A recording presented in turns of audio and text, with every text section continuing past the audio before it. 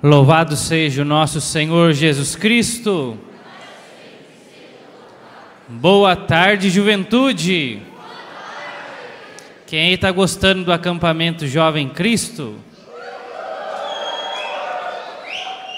É realmente uma bênção de Deus estarmos em mais um acampamento Jovem Cristo, sendo que de um modo muito especial neste acampamento, a comunidade nos convida a refletir, a mergulhar na dinâmica da família.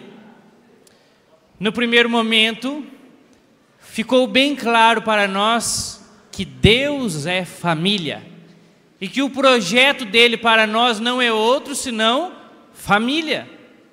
No segundo momento, a Ana Paula nos conduzia numa reflexão a respeito do namoro, como uma etapa importantíssima para formar uma futura família. E agora, nesse terceiro momento, nós vamos refletir a respeito de um elemento importantíssimo para quem quer dar uma resposta a esse projeto de família. Um elemento que é extremamente odiado pelo inimigo de Deus e nosso inimigo. Um elemento que é constantemente atacado devido à sua tamanha importância para o projeto de família. Neste instante, nós somos chamados a refletir algo a respeito de sexualidade. O tema dessa nossa pregação é: Deus abençoa a sexualidade. Diz isso para quem está do seu lado aí, ó. Deus abençoa a sexualidade.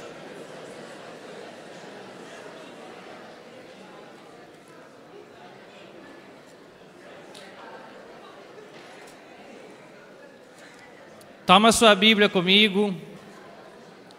Lá no princípio, livro de Gênesis, capítulo 1, versículo 26.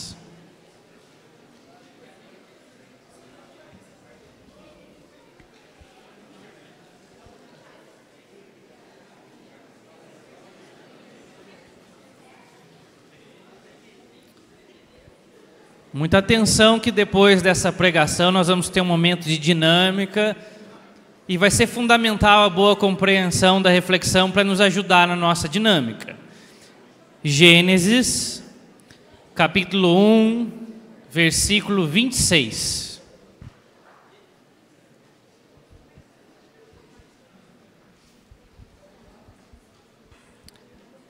Deus disse: façamos um ser humano à nossa imagem e segundo nossa semelhança, que ele domine sobre os peixes do mar, as aves do céu, os animais domésticos, todos os animais na terra e tudo que rasteja pela terra. E Deus criou o ser humano à sua imagem. A imagem de Deus o criou, homem e mulher os criou. E Deus abençoou e disse-lhes: sede fecundos e multiplicai-vos, enchei a terra e submetei-a, dominai sobre os peixes do mar, sobre as aves do céu e sobre todo ser vivo que rasteja pela terra. E Deus disse: eu vos dou sobre a terra inteira toda a erva que dá semente e todas as árvores que produzem fruto com a sua semente, para que vos sirvam de alimento. E a todos os animais selvagens, a todas as aves do céu, e a tudo que rasteja pela terra, a tudo que tem sopro de vida, dou toda a erva verde como alimento. E assim foi. Então Deus viu tudo quanto havia feito, e era muito bom. Houve tarde e manhã, sexto dia. Os dois primeiros capítulos da Sagrada Escritura, os dois primeiros capítulos do livro de Gênesis, trazem para nós a narrativa da criação. O Senhor Deus, o Todo-Poderoso, aquele que tem o domínio sobre todas as coisas, é aquele que tudo criou, é aquele que tudo fez. Esses 2 primeiros capítulos trazem a nós, portanto, a narrativa do poder de Deus. Deus cria tudo com o seu poder, mas perceba, note, que essa narrativa não é exatamente uma narrativa científica. A Sagrada Escritura não está preocupada em nos dar um grande parecer científico sobre como tudo começou. A nossa Mãe Igreja nos ensina que a narrativa da criação é, na verdade, uma descrição popular. Deus quis contar como Ele fez tudo de um modo popular, para que todos pudessem absorver a revelação. Aquilo que nós encontramos então na narrativa da criação é um fato histórico, é um fato real, de fato aconteceu, mas diversas vezes ao longo do texto, esse fato histórico e real é descrito para nós através de símbolos, através de figuras. Nós estamos então diante de um texto que não tem exatamente um caráter científico, não é estritamente científico, mas é um texto profundamente teológico.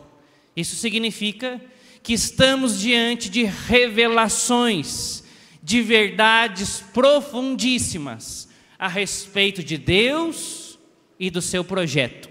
E nós queremos agora fazer um profundo mergulho em algumas dessas verdades. Ao olhar para o capítulo 1, nós devemos notar que a Sagrada Escritura tem uma didática maravilhosa para nos ir contando como tudo começou. Trata-se de uma didática que nos ensina que Deus criou todas as coisas em etapas. Há um processo na criação, há uma ordem harmônica na criação. Essa etapa é simbolizada por 6 dias. Deus criou tudo em 6 grandes etapas, em 6 dias, sendo que o ser humano foi criado no 6º dia, na última etapa do processo de criação. O ser humano foi criado aqui na terra, junto com os seres vivos. Nós somos a última das criaturas, eu e você. Sabe o que isso significa? Que nós somos a criatura menos importante? Muito pelo contrário. Isso significa que na ordem, no processo da criação, o ser humano é a criatura mais elevada do processo de Deus. Entre as criaturas visíveis, a mais elevada. Por isso Deus criou no final. Se nós olharmos para os versículos 26 e 28, isso nos torna muito claro, essa verdade escancarada aos nossos olhos. Porque aqui nos versículos 26 e 28, a palavra nos diz que Deus dá uma ordem, dizendo que o ser humano ele deve dominar, estabelecer um domínio sobre tudo aquilo que foi criado anteriormente. Ora, se nós devemos dominar tudo aquilo que Deus criou anteriormente, é porque nós temos a primazia na criação. Nós estamos acima de todas as outras criaturas visíveis. Sabe o que isso significa? Eu e você somos a obra-prima de Deus, uma belezura de Deus.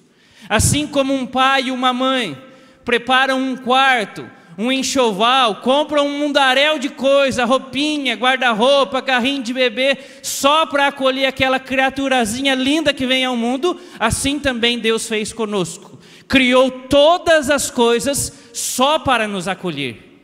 Nós somos a obra-prima de Deus, porque quando Deus pensou em mim e em você, Ele não olhou para o animal, Ele não olhou para a terra, não olhou para as estrelas, Ele olhou para si mesmo. Deus inspirou nele mesmo para nos criar. É o que a palavra nos diz quando afirma que nós fomos feitos à imagem e semelhança de Deus, feitos para refletir Deus neste mundo, feitos para ser semelhantes ao próprio Deus. É por isso que você é essa belezura toda, porque você é a obra-prima de Deus. Diz para quem está do seu lado: você entendeu por que você é essa belezura toda?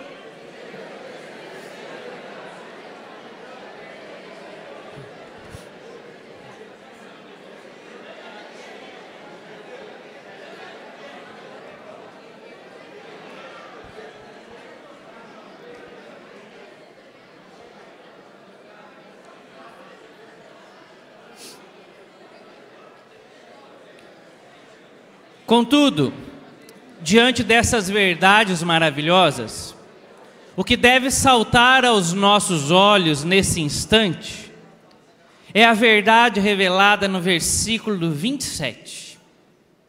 Versículo 27. E Deus criou o ser humano à sua imagem. A imagem de Deus o criou. Homem e mulher os criou. Muito atentamente perceba que a Sagrada Escritura não nos dá uma informação simplista a respeito do ser humano. Não é um simples dizer, Deus criou o ser humano, não. A Sagrada Escritura traz detalhes a respeito de quem nós somos, a respeito do que Deus pensou sobre nós, de como Ele nos projetou e como Ele nos fez. A Sagrada Escritura traz o seguinte detalhe: nós somos seres humanos, homem e mulher os criou, macho e fêmea, sexo masculino e sexo feminino. Eis o que nós somos segundo a verdade que nos é revelada. Juventude, a sexualidade não é um mero aspecto da existência humana, uma característica qualquer que deva passar desapercebido, algo que se possa jogar fora, não.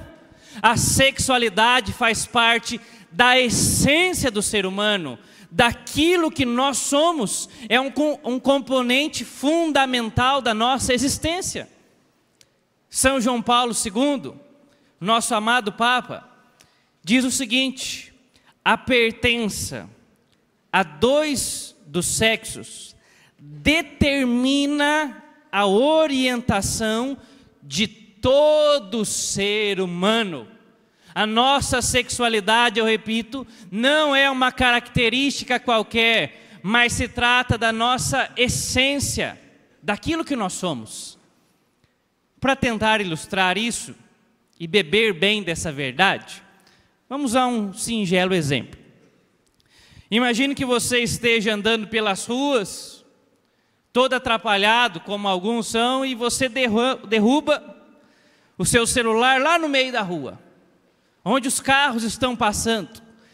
Quando cai, faz aquele barulhão e todo mundo que está passando olha, você já coloca a mão no coração: meu Deus do céu, será que eu perdi a minha semivida? Aí você corre, pega o seu celular e, para sua alegria, trincou um pouquinho da película e fez um riscadinho na capa do celular. Ufa, graças a Deus, vou poder viver mais uns dias. Mas imagine que você é um pouco mais atrapalhado ainda. Naquele mesmo dia em que você derrubou o celular na rua, você fez a besteira de derrubar o celular na água. Mas vamos piorar um pouco. Você levou o celular no banheiro. Para que levar o celular no banheiro? E naquele momento complicado, você derruba o celular naquele lugar que tem água. Se é que é só água que tinha lá. E aí você vira a cara e tira o celular. E quando você tira o celular da privada, santo Deus, além da situação horrível que você passou, o celular não funciona. E agora? Você vai recorrer às técnicas ninjas da internet. Já sei. Vou colocar no sol para secar. Vou secar com secador de cabelo. Ah, eu vi na internet aqui que se colocar no meio do arroz vai secar e vai funcionar. E aí depois que você faz todas essas etapas ninjas, você vai e tenta ligar e o bendito não liga. Sabe o que aconteceu? Foi danificado a placa interna, o circuito do celular. Não funcionará nunca mais. No primeiro momento danificou só a capinha, mas agora danificou a essência do celular. Isso significa então que se o ser humano tem a sua sexualidade danificada, é danificado a essência da sua vida. Se um dia a nossa sexualidade for ferida, o que está sendo estragado é simplesmente toda a nossa vida. Então, quando uma pessoa insiste em ferir a sua sexualidade masculina ou feminina, essa pessoa está proferindo um profundo golpe contra a sua essência e toda a sua vida está sendo comprometida. Toda a sua vida. Por que eu digo que é toda a sua vida? É simples. Se sexualidade é algo que faz referência à nossa essência, então não é algo que toca apenas um ou outro aspecto da nossa vida, mas é algo que está presente em toda a nossa vida. Pense comigo. Isso significa então que sexualidade não é simplesmente uma questão física, mas é uma questão que envolve todo o nosso ser. Envolve também o nosso psicológico e envolve também o nosso espiritual.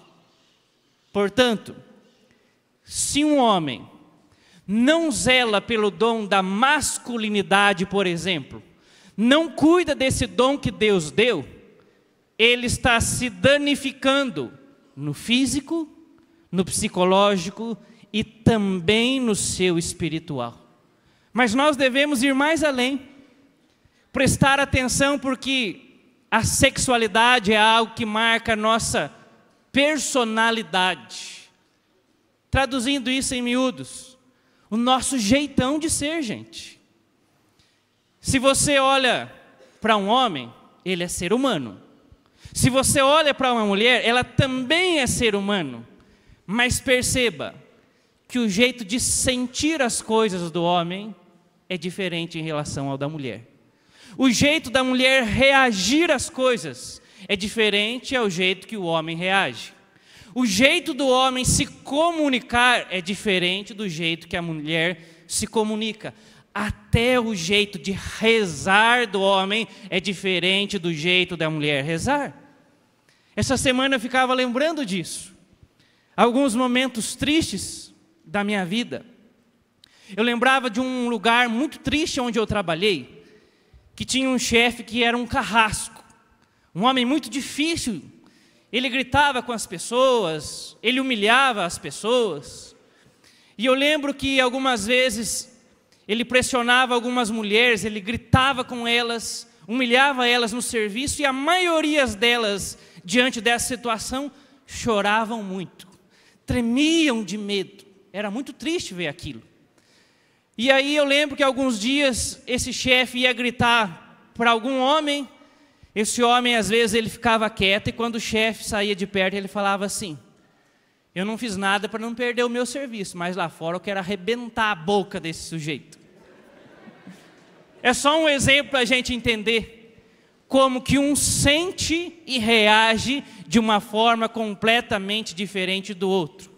Nós estamos falando de sexualidade. Então isso significa de um modo muito claro, que se por exemplo você mulher não zelar pela tua feminilidade segundo o projeto de Deus, se ela for danificada, vai sendo danificado tudo isso. O seu jeito de sentir o mundo, o seu jeito de se comunicar, o seu jeito de reagir e até o seu jeito de orar. É por isso que nós devemos zelar e muito pela nossa sexualidade. Mas antes que alguém aqui se assuste e entre em parafuso, eu vim aqui para anunciar uma boa notícia. Eis que eu vos anuncio uma boa notícia, uma boa nova, e essa boa nova está expressa no versículo 28. Olha a boa notícia. E Deus os abençoou. Após Deus criar o ser humano, homem e mulher, Deus os abençoou. Sabe o que isso significa? Se tu olhares para o catecismo da Igreja Católica, encontrarás a mais bela e a mais profunda definição a respeito daquilo que é bênção. Para você gravar é muito simples, parágrafo 26. Ensina para nós que bênção é o encontro de Deus com o homem. Quando Deus toma a decisão de nos abençoar, Deus está tomando a decisão de dar a nós um encontro com Ele, uma experiência, um relacionamento com Ele. Olha como isso é maravilhoso.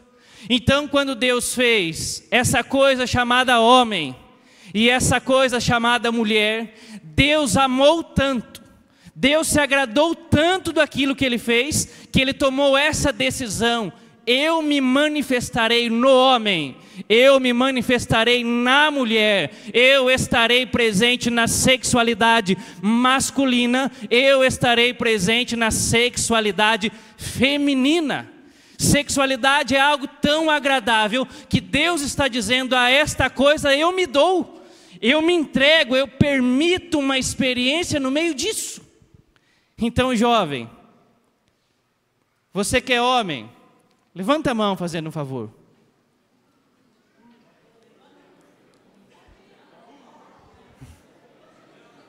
Jovem, você que é homem que aqui está, Deus te trouxe aqui nesse instante porque Ele quer abençoar a tua masculinidade. As mulheres, levantem as mãos. É com vocês. O Senhor te trouxe aqui agora porque Ele quer abençoar a sua feminilidade. Deus quer se dar a nossa sexualidade. É o que Ele deseja fazer agora. Então eu pergunto: quem deseja receber a bênção de Deus na sua sexualidade? Todos nós. Para abrir o nosso coração para a bênção de Deus, nós vamos caminhar um pouco na Sagrada Escritura. Nós precisamos avançar para o 7º dia. Porque até o 6º dia, Deus fez tudo, até chegar à obra-prima. Mas o 7º dia, diz a palavra, é o dia em que Deus descansou. Mas o descanso de Deus não é só um ficar de boa, assistindo TV com a perna para cima, não. Deus descansa abençoando aquilo que Ele fez, santificando aquilo que Ele fez. O 7º dia é o dia da bênção. Então nós vamos caminhar um pouco na Sagrada Escritura, observando alguns aspectos do dia da bênção. E vamos olhar para o dia da bênção, o 7º dia, e perceber 4 pontos nesse dia. Perceber então como deve ser vivida a sexualidade em 4 pontos. Convido o irmão, vamos para o dia da bênção, irmão?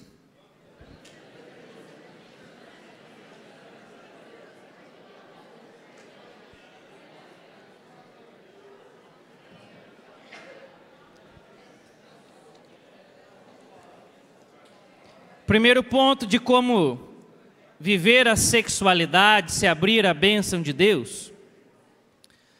O Papa São João Paulo II chama de solidão original.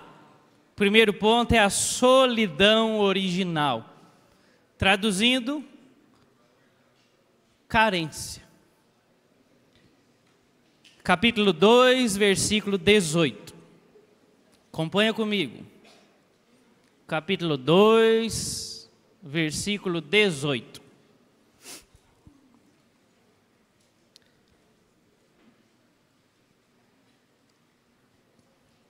E o Senhor Deus disse: não é bom que o homem esteja só. Vou providenciar um auxílio que lhe corresponda. Que maravilhosa revelação. Ao longo de todo o capítulo 1, Deus vai realizando a sua obra, olhando para tudo aquilo que Ele fez e diz: isso é bom. Até que Deus realiza a obra de criar o ser humano, conclui a sua obra e diz: isso é muito bom. Só que de repente, nós entramos no dia da bênção, no 7º dia, Deus está olhando para tudo aquilo que Ele fez e de repente Ele diz: não é bom. O que não é bom? Não é bom que o homem esteja só. Juventude, não é bom que o homem esteja só. A palavra de Deus está nos falando a respeito de solidão. Mas não é aquela solidão agradável, que nós precisamos ter de passar algumas horas em oração, para uma oração pessoal, aqueles momentinhos que a gente tira para refletir a vida. Essa solidão é santa. Não é disso que a palavra está falando. A palavra está dizendo que assumir a solidão como um estilo de vida é algo que destrói o ser humano. É algo que acaba com a sua felicidade, com a sua realização. E é simples de entender isso. Deus é a Santíssima Trindade. Deus é uma comunhão de pessoas divinas, como já ouvimos. Um pai que a todo tempo se relaciona em amor com o filho. Deus é relacionamento de amor. Deus é relação. E nós, imagem e semelhança, não existimos para outra coisa senão para nos relacionar. Quando o ser humano assume como estilo de vida o não relacionamento, a sua existência está em apuros. Quem aqui tem andado muito sozinho, cuidado. Isso é tão sério que Deus quis ensinar isso para o ser humano. Deus fez questão de fazer com que o ser humano percebesse que isso é um mal, através de um ensino, através de uma santa experiência. Como é que Deus levou o ser humano a entender isso? Nos versículos seguintes, a palavra vai nos ensinar que Deus deu ao ser humano uma tarefa, um trabalho a ser feito. O trabalho de dar nome a todos os seres vivos.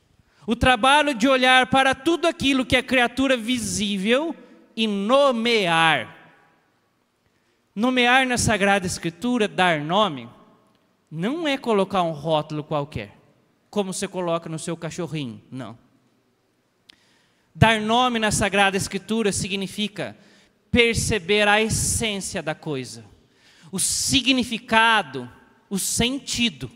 É um trabalho profundamente científico, profundamente espiritual. Olhar para cada coisa que existe e entender para que serve, o que é aquilo, e chamar pelo nome significa estabelecer o domínio sobre aquela coisa. Eu entendo que é isso.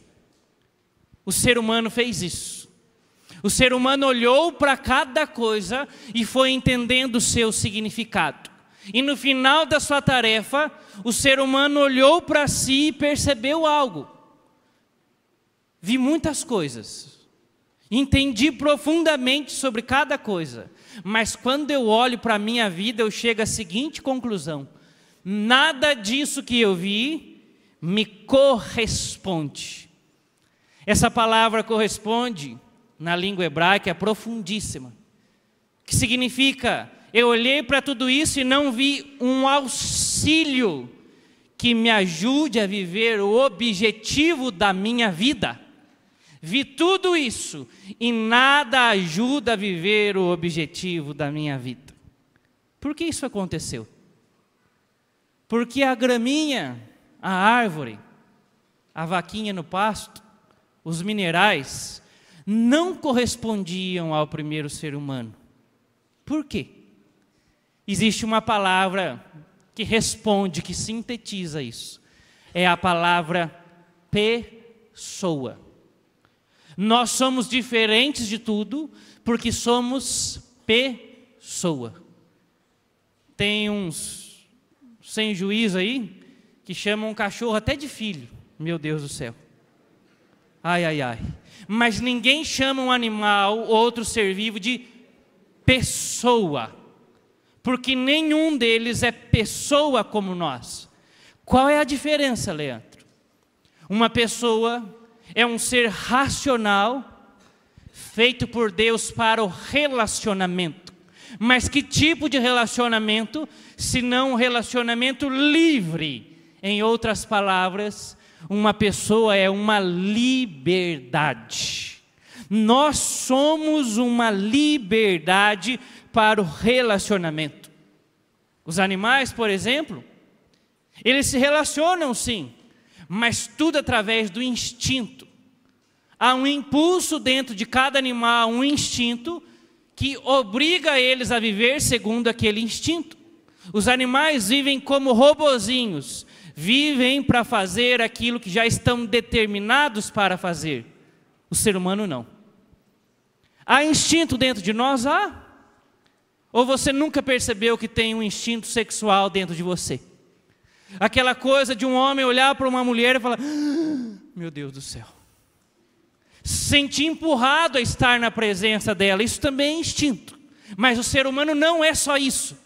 Há algo dentro de nós, o instinto, mas há inteligência. Deus deu inteligência para o ser humano pensar: o que isso significa? Qual é a verdade a respeito disso?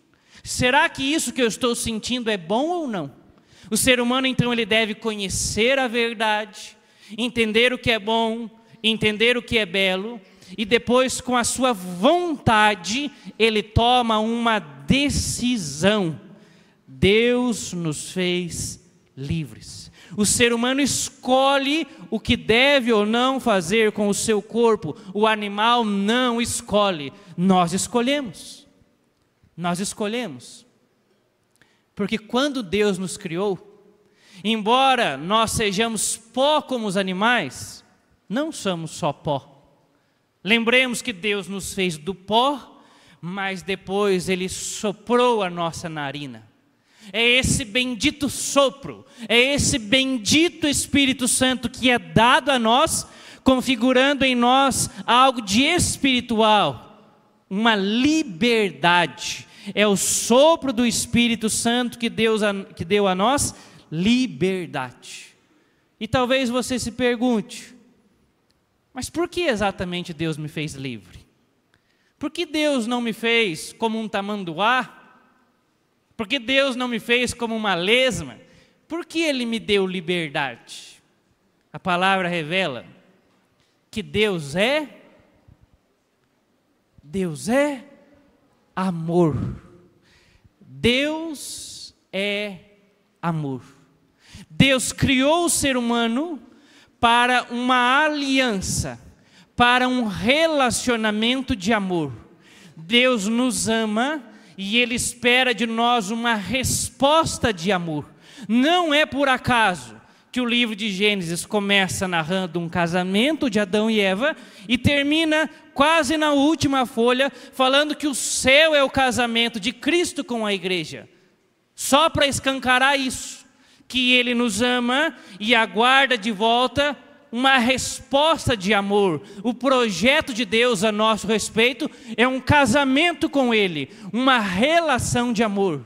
Ora, só pode haver amor entre duas pessoas onde há liberdade. Relacionamento de amor não é outra coisa senão um encontro livre entre duas pessoas. Quando duas pessoas livres desejam se unir nós chamamos isso de relacionamento de amor. O amor é o encontro entre duas liberdades. Então entenda muito bem isso, jovem. Aqui está a tua felicidade. Nós existimos para nos relacionar com Deus e amor. Essa é a nossa felicidade. Quando nós nos casarmos com Deus no céu, quando nós estivermos plenamente unidos a Deus, nisso está a nossa felicidade, que não pode ser preenchida por nenhum outro ser vivo, por nenhuma outra criatura. A nossa realização é Deus. Por isso, agora você pode olhar um pouco para o passado da sua vida e perceber que essa mesma experiência você já fez algumas vezes. Quantas vezes você sabia que a geladeira da sua casa tinha comida, tinha um sofá gostoso, conforto, uma cama, mas na hora de dormir você falou assim: alguma coisa está errada na minha vida. Por que eu estou com um vazio no meu coração? Por que as coisas não estão bem? Algumas vezes você estava numa festa, cheio de gente, música boa rolando, todo mundo bebendo, se embriagando, feliz, e você lá, está faltando alguma coisa. Estou numa festa, mas o que me falta? Quem já passou por essa experiência? Essa é uma experiência semelhante à experiência do primeiro ser humano.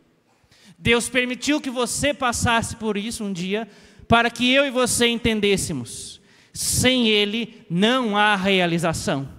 Eu existo para Deus, e essas carências, essas solidões que vivemos, é para escancarar isso. Sem Deus não tem felicidade, não há felicidade. A festa não resolve meu problema, a comida não resolve o meu problema, uma TV de 72 polegadas não resolve o meu problema, só Deus.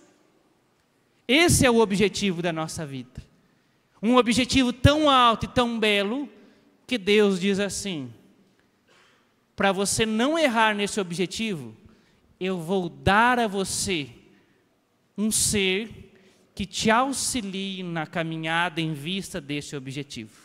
E então entramos no ponto 2, que eu chamei de a correspondência original. Dá uma cutucada boa em quem está do seu lado aí, cansado, e diz: a correspondência original.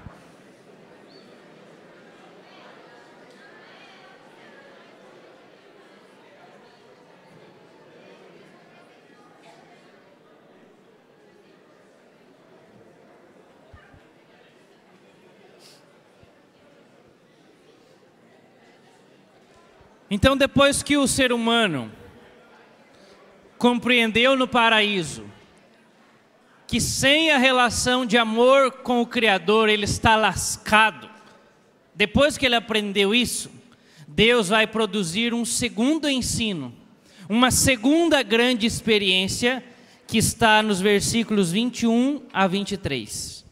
Capítulo 2, versículo 21. Acompanha comigo.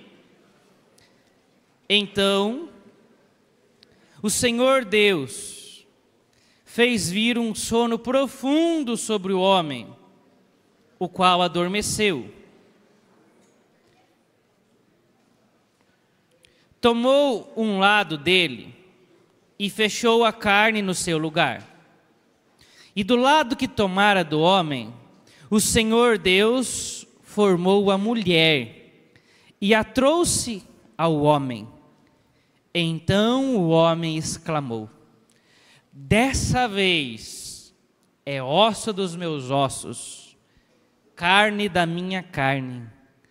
Ela será chamada mulher. Ela foi tirada do homem. Repetindo, então o homem exclamou: dessa vez é osso dos meus ossos e carne da minha carne. O que aconteceu no dia da bênção? Deus colocou o homem, o ser humano, para um sono e permitiu que o ser humano, que o homem entrasse numa espécie de êxtase espiritual. Então, do seu lado, Deus tirou algo com o qual Ele fez a mulher.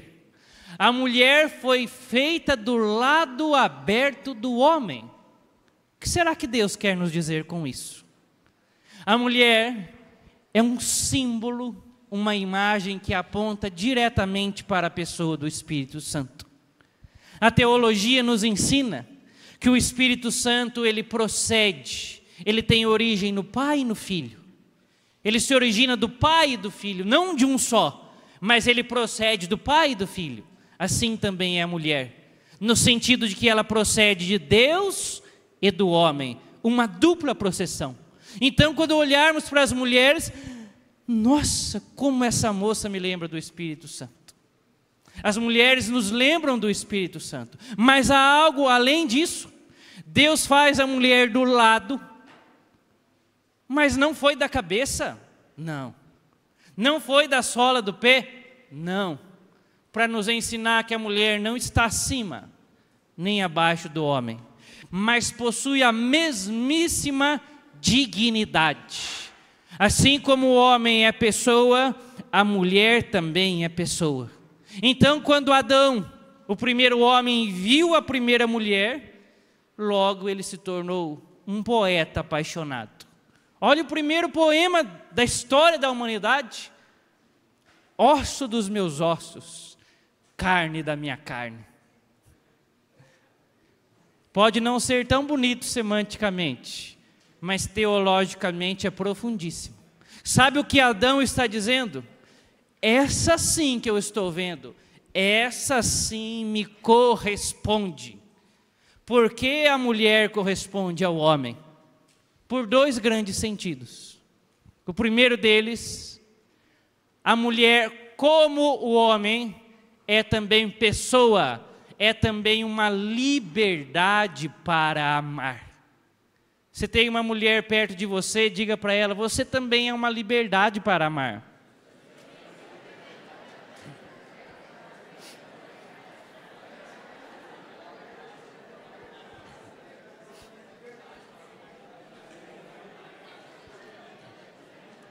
Em outras palavras, assim como o homem tem como objetivo final da sua vida a relação com Deus, a mulher livremente tem como objetivo da sua vida a relação com Deus. É o mesmo objetivo. Então imagine a seguinte cena: Adão andando pelo paraíso, quando um belo dia ele se depara com uma lesma.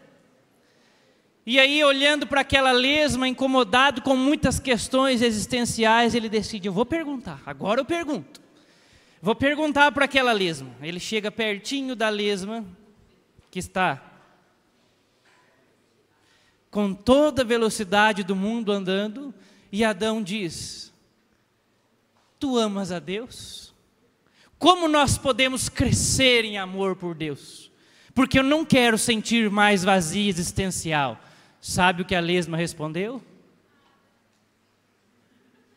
E se fosse uma águia, o que a águia teria respondido? Nada. Nada corresponde aos anseios do homem.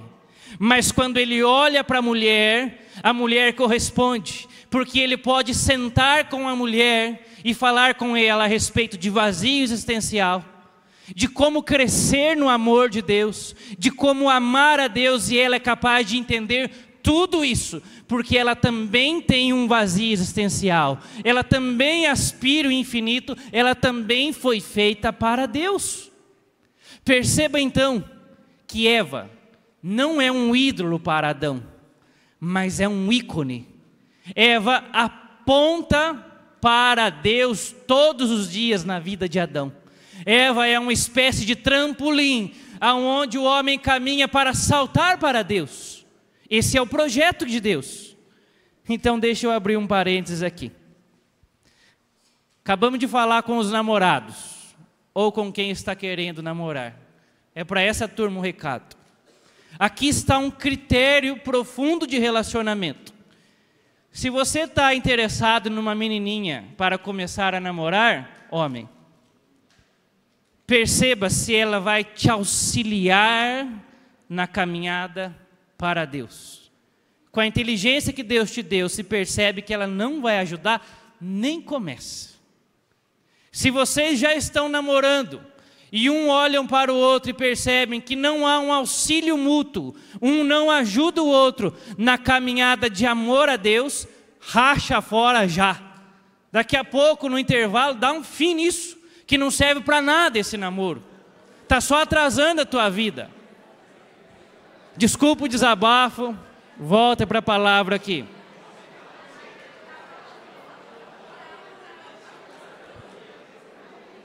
Por que vocês ficaram agitados aí?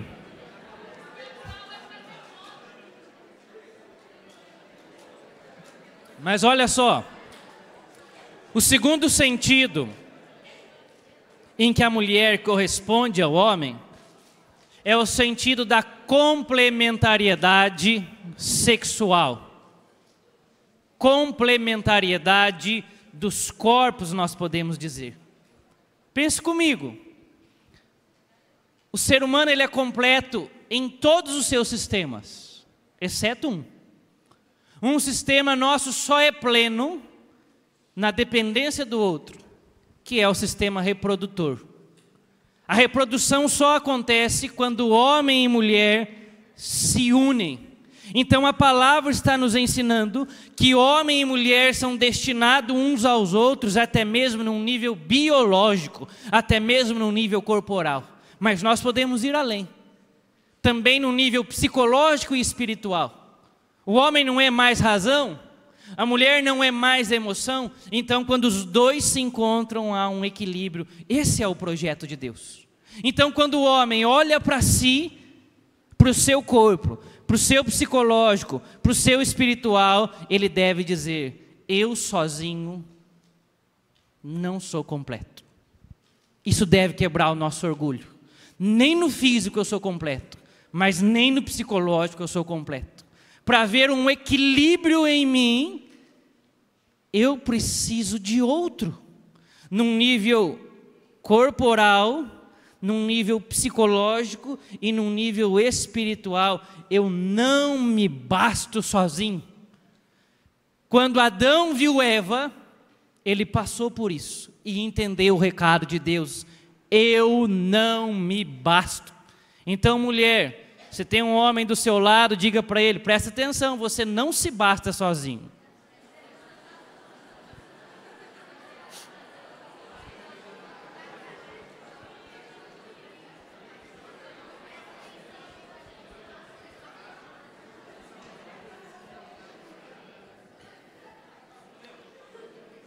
Com isso nós já avançamos para o quarto ponto, aliás, para o terceiro ponto, que é o matrimônio. Capítulo 2, versículo 24. Vamos lá. Capítulo 2, versículo 24.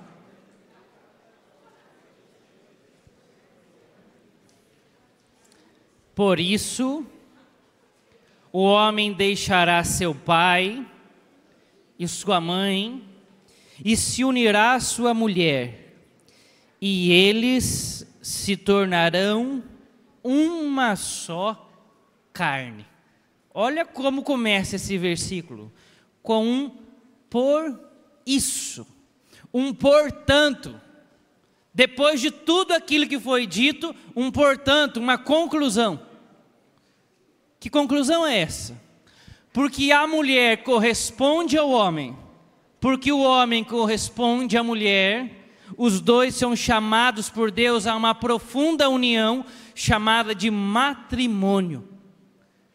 E o Senhor deu a fórmula matrimonial para todos os tempos, que acontece até hoje. O Heitor que casou esses dias, não é, Heitor? Está fresquinho aí de casado, com a senhora Heitora. Vão dormir de barraquinha pela primeira vez juntos na vida, que alegria dos dois. Tiveram que viver essa fórmula. Por isso, o homem deixará o seu pai e a sua mãe e se unirá à sua mulher. Que fórmula é essa? O ser humano deve deixar a casa dos seus pais, daqueles que lhes deram vida, para se unir, homem e mulher, para que haja uma nova vida. Essa é a fórmula. Mas olha o detalhe. Perceba então que a base de todo matrimônio chama-se sacrifício. É preciso sacrificar a vida antiga, a vida velha. Não é matar os pais, não. Não é abandonar os pais, pelo amor de Deus. Mas deixar de ter o principal convívio com os pais para ter um novo principal convívio. É deixar a vida de solteiro para ter uma nova vida infinitamente melhor. Vida de solteiro é cachorro perto da vida de casado, gente. É vida de cachorro. É muito pouco perto da vida de casado. Agora, o que é sacrifício? O que é sacrificar-se, se não amar o outro? Como é que você sabe que uma pessoa te ama de verdade? Se não através do sacrifício dela por você. Nós só sabemos que uma pessoa nos ama quando ela é capaz de sofrer pelo nosso bem, se sacrificar pelo nosso bem. E é isso que acontece. Um se sacrifica pela união com o outro, pela nova vida com o outro. Decidir-se pelo matrimônio é decidir-se matricular na verdadeira escola do amor. E é por isso que muitos jovens estão sofrendo. Vão arrastando namoros, arrastando, e nunca tomam a decisão de se matricular na escola do amor. Se contentam só com um namorozinho para o resto da vida, porque são egoístas. Não querem nunca o sacrifício, não querem se matricular na escola do amor. Mas quando querem, quando tomam essa decisão, acontece então um milagre, gente. Os dois dizem perante a Deus: nós topamos o sacrifício, nós escolhemos o sacrifício. E Deus ama tanto essa decisão, porque Ele é amor. E logo que Ele escuta isso, Ele intercepta o amor natural dos dois. Lá do céu, Deus olha essa decisão e derrama o Espírito Santo, fazendo com que um amor humano não seja mais só amor humano, mas seja um amor sobrenatural. Então, no dia do santo matrimônio, dois não são dois mais. Com os olhos se vê dois, mas espiritualmente um só. Um milagre. Um milagre. Quando o Espírito Santo é derramado no dia do matrimônio, acontece esse milagre. Perceba isso então. Quando Deus realizou essa obra já para o primeiro casal, Deus estava dizendo: Adão, não fiz Eva para ser a tua ficante, para te encontrares com ela de vez em quando. Nem só para um enamorar-se, embora começou com um enamorar-se, mas eu fiz ela para ser a tua esposa, para que vivas unido com ela e vocês dois sejam um. Adão entendeu o recado? Eva eu fiz para ser tua esposa. As mulheres não existem para ser ficantes, nem para um eterno enamorar-se. As mulheres foram feitas por Deus para serem esposas, rainhas segundo o projeto de Deus. É isso que Deus quer. Concluindo esse ponto, essa união entre os dois profunda é uma união que também envolve o físico, porque a palavra diz que eles se tornaram uma só carne. Então capta isso, jovem. O lugar do sexo chama-se matrimônio. Deus fez o relacionamento sexual para ser vivido no matrimônio. E não se esqueça, esse é o dia da bênção. Nós estamos no ápice, no ponto alto da bênção que é o matrimônio. Então isso significa que o sexo é algo muito santo segundo o projeto de Deus, muito agradável segundo o projeto de Deus. Deus santifica a relação sexual. Deus se dá quando o homem e a mulher estão unidos num santo matrimônio. É o ponto alto da relação. Enquanto a cópula dos animais é só um impulso instintivo, o sexo do ser humano não. Há espiritualidade nele. O ser humano deve sempre se perguntar: por que eu devo fazer isso? Por que isso é bom? Por que isso é a verdade? Por que isso é o projeto de Deus? E tomar uma decisão. Qual é o sentido do sexo? Como diz a palavra: gerar filhos para Deus e unir o casal. Mas além disso, o sexo é ainda uma grande seta que aponta para o infinito, que aponta para o próprio Deus. Como pode isso, Leandro? É simples. Não é um homem e uma mulher, dois que se tornam um. Perceba como isso se parece com a Santíssima Trindade. Deus não é um pai, uma pessoa divina, unida a uma segunda pessoa divina que é o seu Filho em amor. Esses dois unidos em amor, que é a pessoa divina do Espírito Santo, um único Deus. Olha como o casamento é a imagem de Deus. Então nós temos um homem unido a uma mulher com um amor sobrenatural. Os dois são um. E quando os dois têm relações sexuais no matrimônio, sabe o que Deus está dizendo? Assim como vocês estão intimamente unidos, esse é o recado que eu dou para a humanidade. Eu quero viver intimamente unido a vocês. Assim como há muito prazer nisso, tente imaginar o prazer que é estar unido a mim, que sou o próprio Deus. Se isso já é muito bom aqui na terra, imaginem quando estiverem perfeitamente, intimamente unidos a mim no céu. O sexo no matrimônio, então, é uma grande seta que deve alavancar o casal para o reino dos céus, para o reino eterno. Esse é o projeto de Deus. O sexo não é o prazer de um instante, mas uma amostra da felicidade eterna vivida aqui já. Esse é o projeto de Deus. Então diz para quem está do seu lado: não tem como não se encantar com o projeto de Deus.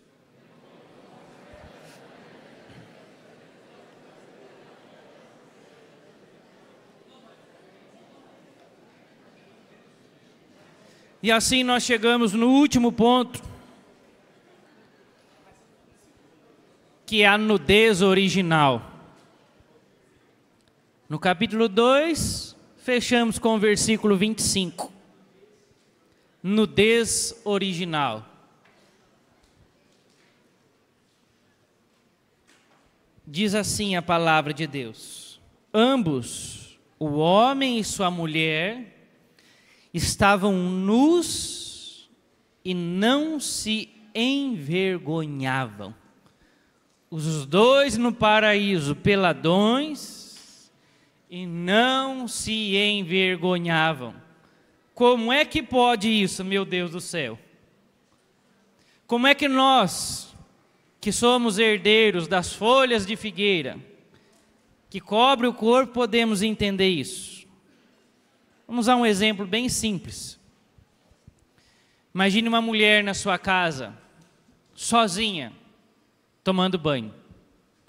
De repente, enquanto ela toma banho, ela escuta um barulho na sua casa. Ela sabe que não é hora de ninguém chegar, ela já se assusta. E de repente ela percebe que há um homem estranho dentro da sua casa espionando. O que você, mulher, faria? A primeira coisa é gritar, né? Socorro! Mas além de um grito, instintivamente a mulher vai se cobrir. Por que a mulher vai cobrir o seu corpo? Porque o seu corpo é muito vergonhoso e vai ofender aquele estranho que entrou na sua casa, atrapalhar a vida dele? Claro que não. Porque o seu corpo é muito sagrado.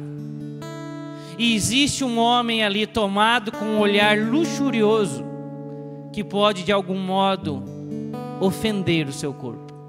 A mulher se protege da luxúria. Deus colocou isso na natureza humana. A mulher se protege da luxúria. E o que é a luxúria? Senão toda a desordem na área da sexualidade, senão o desejo sexual vivido fora do plano de Deus. Isso é luxúria. É disso que essa mulher se defende. Porque a luxúria faz com que as pessoas busquem a autossatisfação na área da sexualidade. A luxúria faz com que uma pessoa veja a outra como um simples e mero objeto de prazer, uma coisa, um negócio, um nada, para a minha própria satisfação. É disso que a mulher se protege. Então lá no paraíso, gente, antes que o pecado entrasse no mundo, não precisava de nada disso. Porque Eva era a esposa de Adão. Eva não temia Adão. Havia um profundo respeito entre os dois. Em hipótese alguma, Adão via Eva como uma coisa, mas via como a sua amada. Havia uma cumplicidade completa. Por isso não havia necessidade de proteger o corpo. Agora, quando o pecado entrou no mundo, quando Adão e Eva desobedeceram a Deus, se tornaram profundamente egoístas para viver do seu jeito, o primeiro pecado que nasce após esse maldito orgulho é justamente na área da sexualidade. Versículo 7 do capítulo 3. Então, os olhos de ambos se abriram e reconheceram que estavam nus. Eles nem ligavam para isso. Mas depois que o pecado entrou no mundo, foi preciso instaurar uma santa vergonha. Você entende que é por isso que nós usamos roupas até hoje? É claro que é para proteger do frio, proteger do corpo, machucado, tudo isso. Mas é para proteger em primeiro lugar aquilo que é muito santo de um mundo tomado de luxúria. Então, meninos e meninas, vistamos bem, cuidemos do nosso corpo. Você não é uma vitrine, você foi feita para ser esposa. O teu corpo, a tua sexualidade, os teus órgãos sexuais são santos demais para serem expostos de qualquer jeito aí no mundo. Que ninguém queira te tocar sem que seja o teu esposo, numa completa liberdade, porque você é a filha amada de Deus. A moda não determina o rumo e os traços de uma mulher cristã. Quem determina o rumo e os traços de uma mulher cristã é a palavra de Deus. Que a moda jamais determine a nossa vida, irmãos. A sexualidade é santa demais para ser guiada pela moda. É o Espírito Santo que nos guia.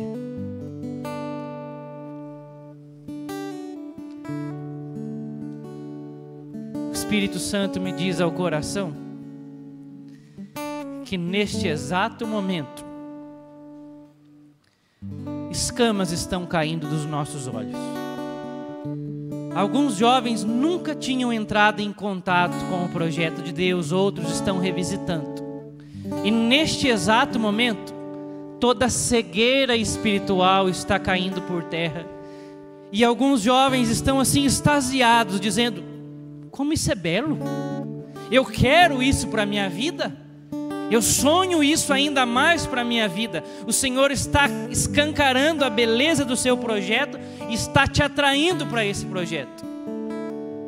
Só que antes de se lançar nesse projeto, bate o pezinho assim no chão, ó, bem firme.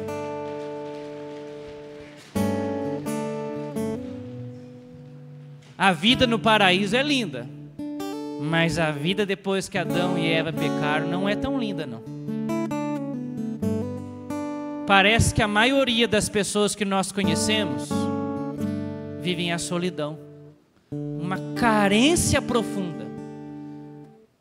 Buscam nas coisas, nas pessoas e nas bebidas o que só Deus pode dar, e estão batendo cabeça. Quando a gente olha para a sociedade, quantas pessoas vivendo sem um auxílio, sem alguém que ajude no objetivo da vida, que é o próprio Deus.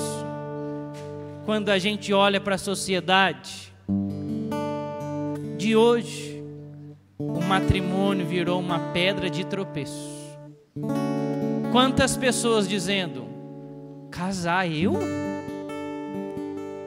Deixa para mais tarde. É para viver solteiro, é mais divertido.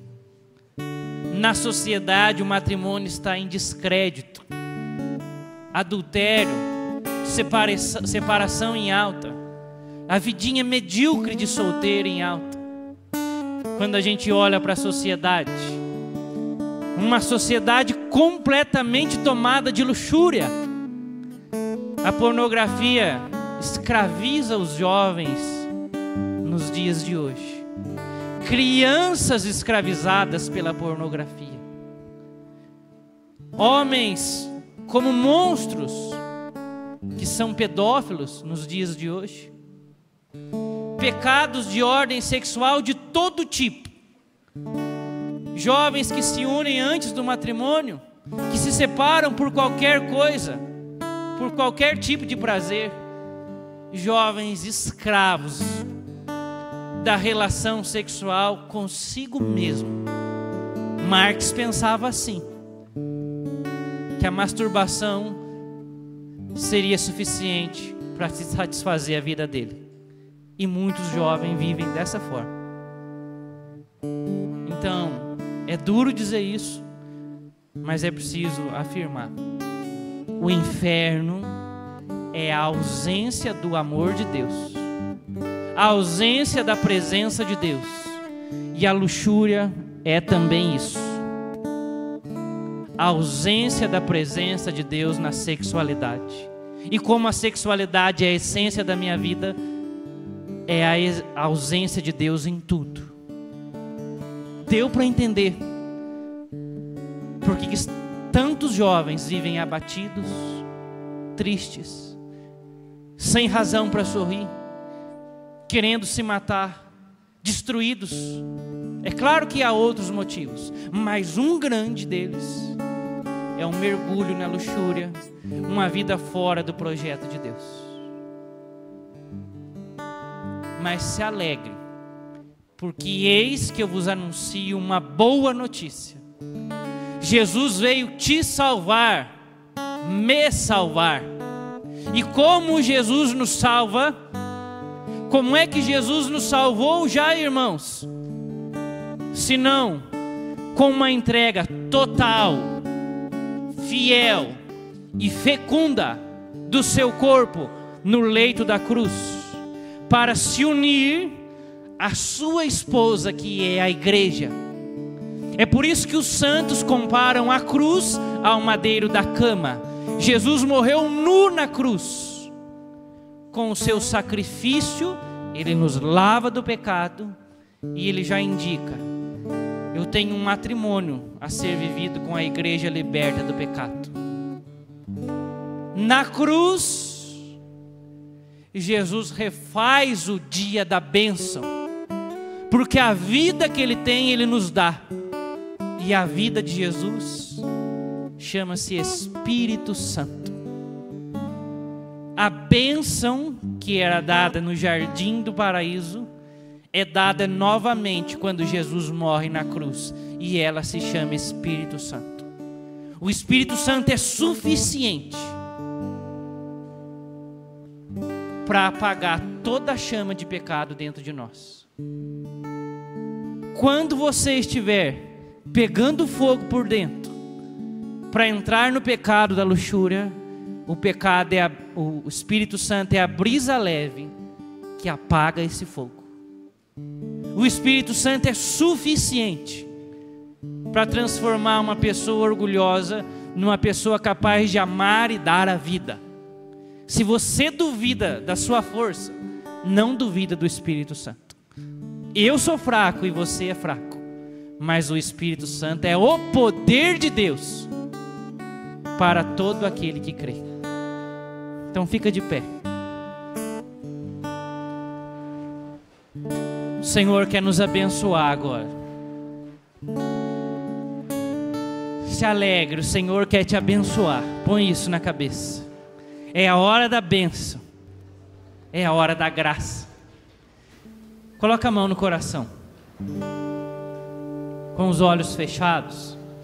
Um rápido exame de consciência.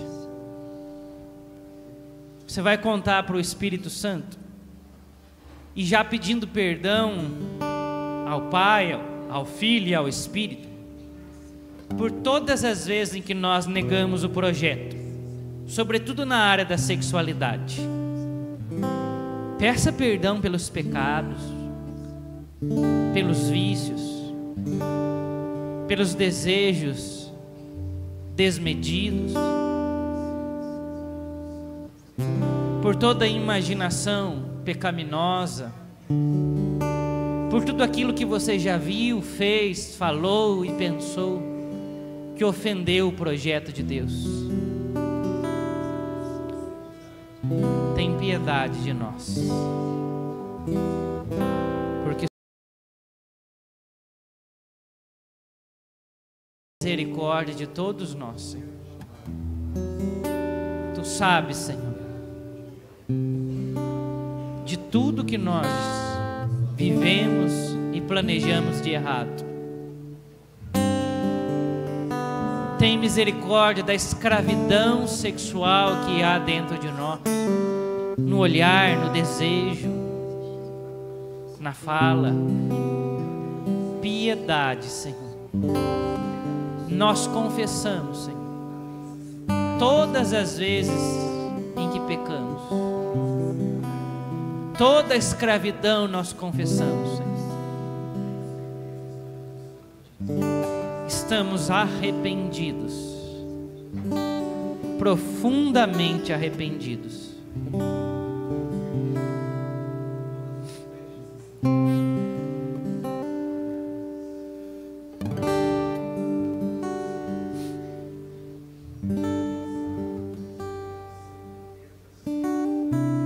Não dá, gente. Sozinho ninguém consegue, é graça. É a bênção que muda tudo. É o derramamento do Espírito Santo. Os irmãos que estão profundamente arrependidos e que desejam a graça para viver a sexualidade santa, eu quero te fazer um convite. Se coloque aos pés da cruz. E à medida em que o irmão for chegando aqui aos pés da cruz, aqui na frente, nós vamos impondo as mãos e pedindo o batismo no Espírito Santo.